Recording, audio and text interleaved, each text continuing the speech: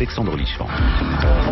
Le Club Média RH, seconde partie, avec deux autres invités qui viennent de nous rejoindre. Alors, la start-up qui recrute, on va terminer dans quelques instants avec elle.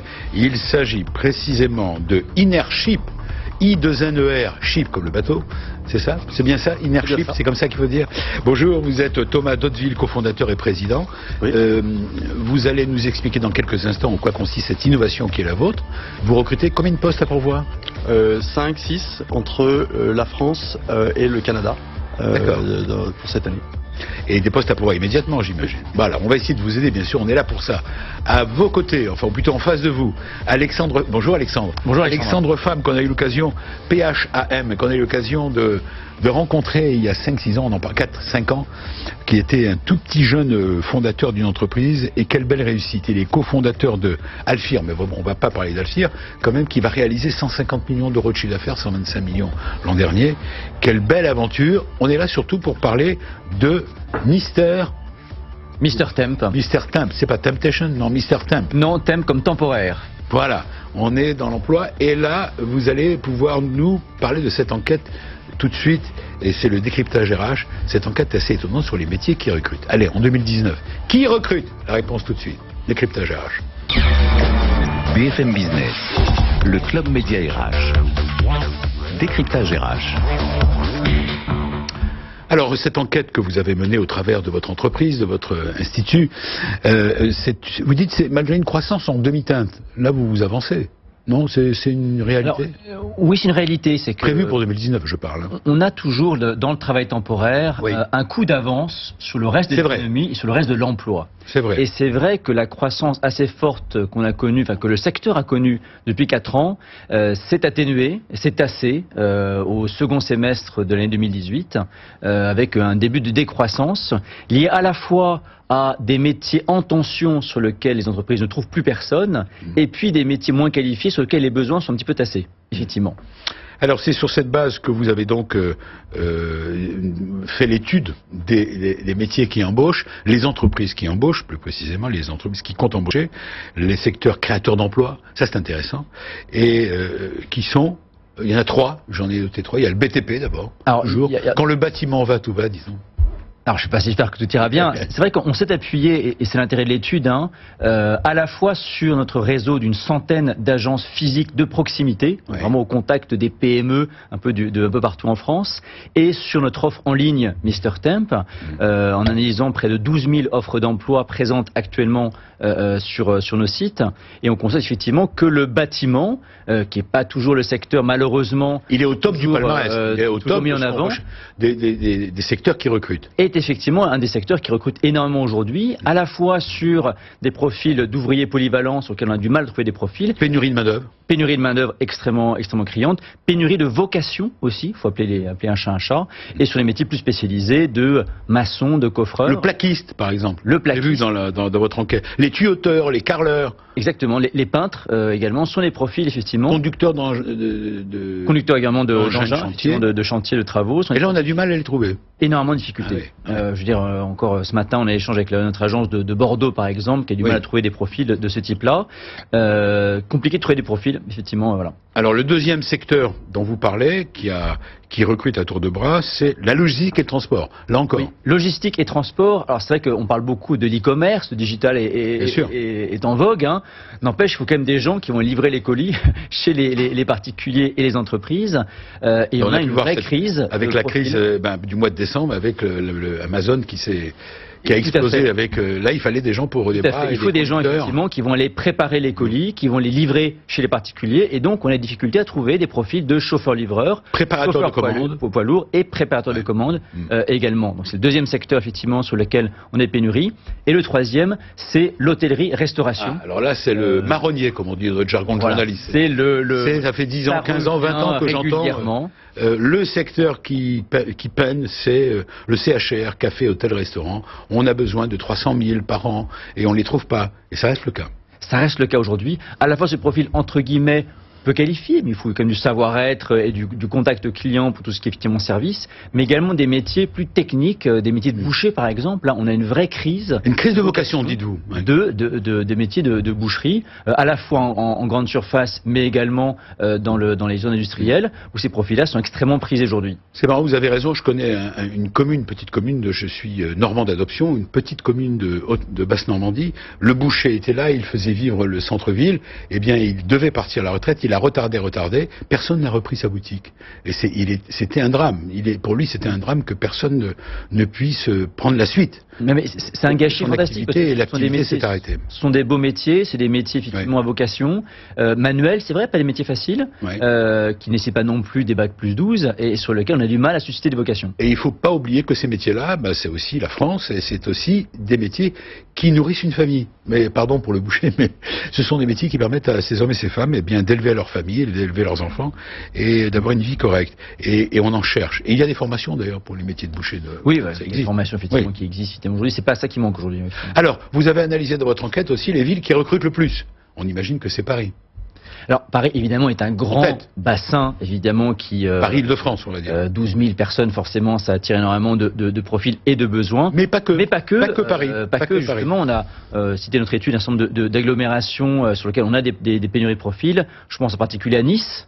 Oui, c'est étonnant. Profil, effectivement. À Montpellier, je citais Bordeaux. Nice, pénurie dans la logistique, livreur, chauffeur-livreur. Pour le BTP, c'est des conducteurs d'engins de chantier. Et la restauration, plus de restauration, pour la Côte d'Azur, on peut comprendre pour Nice.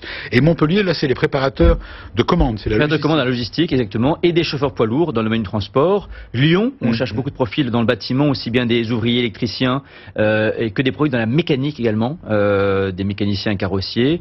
Et enfin, je citerai Lille, par exemple, sur lequel on a besoin en logistique. Oui. D'ailleurs, on a, pour ceux qui nous suivent sur BFM Business TV, je rappelle que c'est aussi bien en radio qu'en télé, ceux qui nous suivent sur BFM Business TV, on vient de voir passer la carte où on voit les tensions. C'est tout le pourtour de la France d'ailleurs, c'est marrant.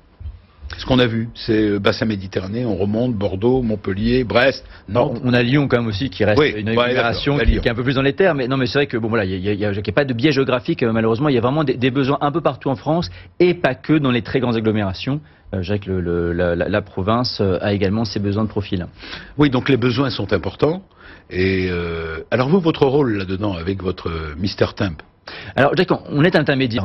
On a la chance d'aller un peu le meilleur des deux mondes, à la fois donc un réseau d'une centaine d'agences physiques qui s'appelle Mr Temp. Alors, qui ont différentes marques. On a marque Aquila RH, Lynx RH et Vitalis Médical. D'accord. Spécialisés par secteur d'activité. Et ce réseau d'agences physiques de proximité qui sont gérées par des entrepreneurs est couplé avec une offre 100% en ligne par lequel des candidats peuvent s'inscrire sur le site Mr Temp et les clients peuvent trouver directement des candidats et contractualiser avec eux en ligne.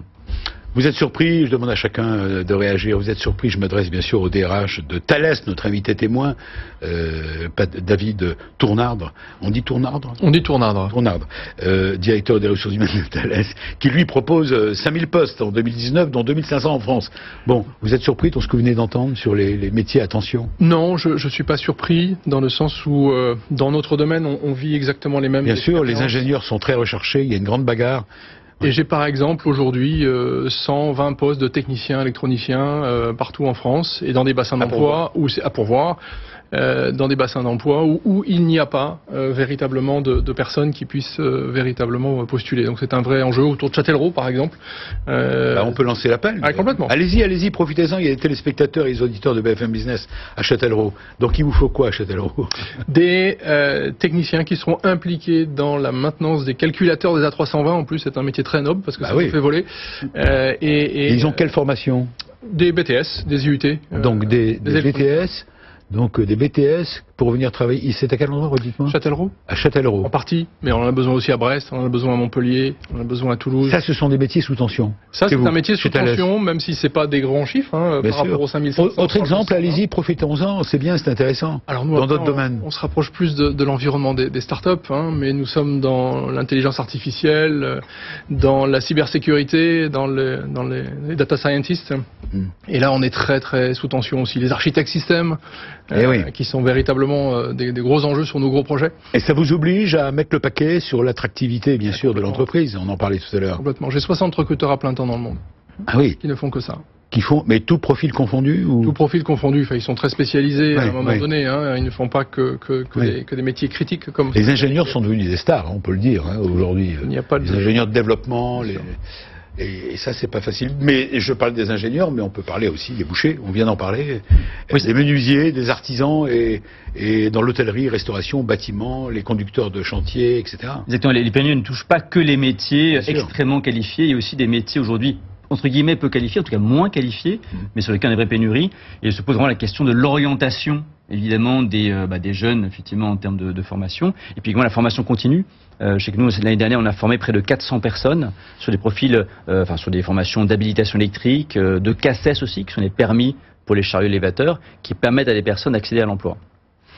Vous restez avec nous, eh bien bravo, et vous restez avec nous. Merci pour cette photographie des métiers qui vont recruter en 2019, et ils sont nombreux, et de la pénurie, effectivement, dans beaucoup de jobs. Alors, je vous propose de terminer par Innership. Là, c'est la start-up du jour, et on est ravis de donner un coup de pouce à cette jeune entreprise, et son porte-parole, Thomas Dotteville, est déjà dans le studio. Voilà, la start-up qui recrute. BFM Business, le Club Média RH, la start-up qui recrute.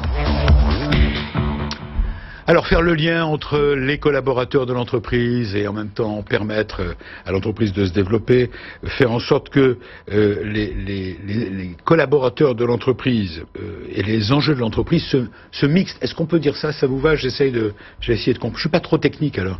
Oui. J'ai essayé de bonjour. Oui, bonjour Alexandre. Merci, bonjour. Oui, c'est une façon de le dire. On apporte une solution innovante pour que chaque collaborateur soit le véritable acteur de son développement professionnel. Oui, mais enfin, il faut quand même que la boîte fonctionne. Faut comme toujours pareil. Je me fais un peu l'avocat du diable. Hein. En fait, pourquoi on fait ça? C'est pour que des dirigeants, des DRH, des managers s'assurent de la motivation, de l'engagement de leurs équipes. Et pour faire ça, on a construit une solution assez simple. En 3 composantes. Il y a une composante digitale, donc on en parlait, c'est une plateforme, une application qui permet de faire un fil rouge qui va être un exercice ludique, plaisant, qui va nous permettre d'intégrer tout un tas de choses pour en faire un cheminement individuel. Et puis, il y a de l'accompagnement individuel, parfois c'est des mentors de l'entreprise, des coachs, et puis enfin il y a des événements qui sont dans l'entreprise, qui permettent de faire le lien avec les enjeux de l'entreprise. Et vous en parliez tout à l'heure, Monsieur Tournadre, de l'adéquation entre les enjeux des individus, les aspirations des individus, de chacun, et de plus en plus les enjeux d'entreprise. De plus en plus. Notre solution, c'est vraiment de faire le lien entre les deux, de faire en sorte que les gens puissent faire ce lien et soient acteurs de leur développement professionnel. Évidemment, pour les entreprises, c'est l'occasion de créer de l'engagement. On en parlait avec notre ami Younes dans la première partie. Younes Rarbaoui, qui est, je rappelle, l'auteur du livre jaune, le livre de la jungle, et il y a plusieurs générations aujourd'hui qui ont envie justement et qui sont en quête de jumeler vie professionnelle et vie personnelle, un sujet qui est assez nouveau d'une certaine manière. C'est quelque chose qu'on veut. Mais alors vous, votre engagement sur cette start-up, on va y venir. On va parler de vos besoins et de vos chiffres. Mais je trouvais ça intéressant. En fait, vous vous êtes penché sur le problème du faible engagement au travail. Et j'ai des chiffres que vous m'avez donnés. Les pertes financières qui en découlent dans les entreprises commencent même à être évaluées avec précision. Dites-vous, la dernière étude Gallup confirme encore une fois que seulement 13% des employés dans le monde sont engagés et sincèrement impliqués dans leur travail, ce qui génère plus de 500 milliards de dollars rien qu'aux États-Unis de pertes. Je ne sais pas où vous trouvez ces chiffres, mais c'est assez effrayant quand même. Il y a régulièrement des études qui sont faites là-dessus, de plus en plus précisément. L'Institut Gallup en sort une chaque année qui confirme cette tendance d'année en année. Et puis au-delà des études, les managers, les dirigeants d'entreprise sentent bien que l'engagement des collaborateurs est devenu un enjeu extrêmement important. Ça, au-delà du coût, il y a évidemment le coût financier, puis il y a le coût humain. Vous avez des gens qui sont dans l'entreprise et qui ne sont pas forcément à leur plein potentiel. L'idée, c'est comment apporter ces gens-là à leur plein potentiel. Et évidemment, l'engagement, le fait de responsabiliser les gens sur leur propre développement, on appelle ça l'empowerment, a un impact énorme sur l'engagement et puis sur la performance, in fine, des individus. Oui, et on peut comprendre d'ailleurs que les dégâts, comme vous dites, je vous cite, les dégâts humains peuvent être considérables, quoi. perte de motivation, perte de confiance en soi, potentiel gâché, sentiment de ne pas être maître de sa carrière, de ne pas être forcément utile. Donc vous vous êtes lancé dans cette bataille, on peut dire ça, car vous êtes vous-même ancien consultant RH, si j'ai bien compris. Donc c'est un sujet que vous connaissez. J'étais ancien DRH dans plusieurs entreprises. Vous avez été DRH? Oui, tout à fait. Chez Sanofi et puis chez Rio Tinto au Canada. Et le besoin, il est venu comme ça, en tant que RH, de s'assurer que les gens soient beaucoup plus acteurs de leur projet professionnel, de leur projet de développement, et soient engagés dans ce qu'ils veulent, et fassent le lien avec qui ils sont vraiment, leurs aspirations, de façon sincère, toujours en lien avec les enjeux de l'entreprise, pour que ça ait du sens pour l'entreprise également. Alors parlons concrètement, c'est une plateforme, c'est bien ça? Comment ça se passe? Comment ça fonctionne? Vous dites que ça permet à chaque collaborateur de faire le lien entre ses aspirations individuelles. Je rappelle votre engagement. Ses aspirations habituelles et les enjeux de l'entreprise à chaque étape de sa carrière. Comment ça marche? Alors, concrètement, il y a vraiment, ce sont des programmes qui durent à peu près 4 mois, entre 2 et 6 mois, et qui ont 3 composantes. Il y a une composante personnelle, le travail personnel, dit de façon digitale, dans une plateforme où on va pouvoir intégrer tous les outils existants possibles. Des tests de personnalité, de temps en temps des évaluations 360 degrés, des lectures, des MOOC, des formations digitales, etc. Tout ce qui peut exister, pour en faire un cheminement unique, cohérent, qui fasse du sens pour les individus. Ça, c'est la première composante. Deuxième composante, c'est toujours un accompagnement humain individuel. Pour nous, le digital doit être un outil véritablement au service de l'humain. Ça doit être, et c'est l'expérience qu'on en fait tous les jours, il faut que ça soit une expérience, une relation avec une personne. Soit un mentor, soit un coach, soit ce qu'on appelle du peer coaching, un père qui va nous aider. Donc c'est construire une relation avec quelqu'un. Ça, c'est la deuxième composante. Troisième composante essentielle aussi, c'est le lien avec l'entreprise, avec ce qui se passe dans l'entreprise, les événements, les rencontres avec le manager, avec le RH. Comment vous faites le lien? Allez-y, au contraire, la table est ouverte. Hein, entre ce monde... D'abord David Tournard, DRH de Thales, allez-y. Comment donc vous faites le lien entre ce monde numérique, cette plateforme, et justement la présence physique en entreprise pour l'approche personnalisée que vous proposez? Bien, dans l'entreprise, il y a des processus existants. Parfois, c'est des discussions avec le manager. Parfois, c'est 1 fois, 2 fois par an. Parfois, vous avez des journées d'intégration pour les nouveaux arrivants. Parfois, vous avez des formations au leadership. Nous, on va intégrer ces données en amont pour customiser notre parcours, pour s'assurer qu'il s'intègre dans le processus et la culture de l'entreprise. Une fois qu'on a fait ça, la personne, les participants vont être amenés à faire des choses, se poser des questions, interagir autour de tout ce qui se fait dans l'entreprise, des valeurs, des compétences attendues, etc. Mais en permanence, en questionnement sur qui je suis vraiment, qui moi je suis. On me demande d'être comme ça, voilà le modèle de compétences de leadership qui est attendu, mais moi, qui je suis, et qu'est-ce que je vais pouvoir en faire pour créer quelque part mon propre modèle, mon propre parcours. Est-ce qu'on peut mesurer l'impact? Est-ce qu'on peut mesurer l'impact de votre système auprès des... Bien sûr, on le mesure. Évidemment, la partie numérique, digitale, nous permet de mesurer assez précisément énormément de données. Et un des indicateurs qui, pour nous, est essentiel, c'est à la fin d'un programme, est-ce que chaque participant a un projet de développement professionnel qui fait du sens pour lui, qui a du sens, qui est en lien avec ses aspirations, mais qui a du sens aussi pour l'entreprise, qui est en lien connecté avec le projet de l'entreprise. C'est ce mariage-là qu'on va mesurer avec un indicateur. Younes, vous vouliez réagir? Je pense que tout ce que j'entends et ce que décrit Thomas résonne très fortement avec ce qu'on a essayé de décrire dans ce livre, à savoir que il faut redescendre un peu à l'échelle individuelle pour que chacun puisse se poser les questions qui sont fondamentales pour lui, de se dire où est-ce que j'ai envie de mener ma carrière et quels sont mes leviers pour la développer de manière personnelle et individuelle. Et vraiment, c'est quelque chose qu'on constate au quotidien avec nos élèves, c'est que chacun va rechercher l'individualisation de son propre parcours au sein de l'entreprise afin de s'épanouir.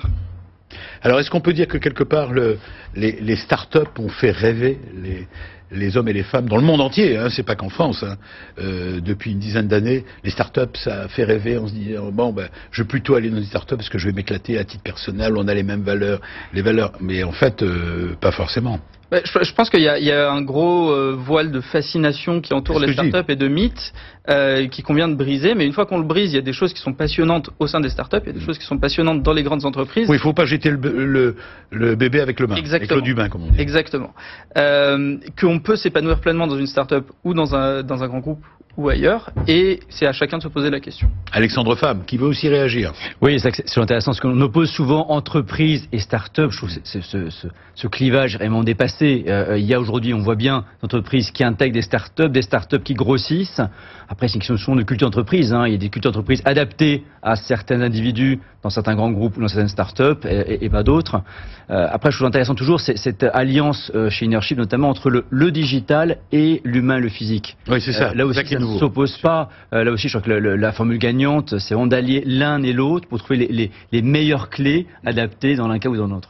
David Tournard, oui, juste un point pour aller dans le même sens. Je crois que là où il y a véritablement une différence potentielle, c'est sur la dimension culturelle.